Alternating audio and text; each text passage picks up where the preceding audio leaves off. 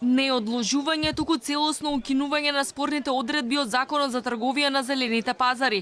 Тезгаџиите на зелениот пазар од денеска покрена отворена петиција, на која подршка за нивното барање дадоа повеќе од 1000 пазарџии граѓани за само неколку часа. Бараат политичарите да имаат разбирање за тешките услови во кои работат и да се обединат против наметнатите давачки што ќе им ја загрозат екзистенцијата. Тетратките за подписи ќе бидат отворени во наредните 3 дена.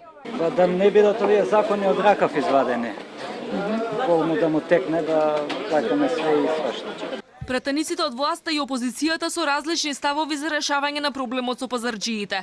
Опозицијската ВМРО ДПМН има исто мислење како и нив. Партијата најави дека ќе достави предлог закон за укинување на одредбите кои предвидуваат вадење на лиценци кои годишно треба да чинат 60 евра и 40 евра за секоја наредна тезга, како и забрана за продажба за пензионерите и вработените.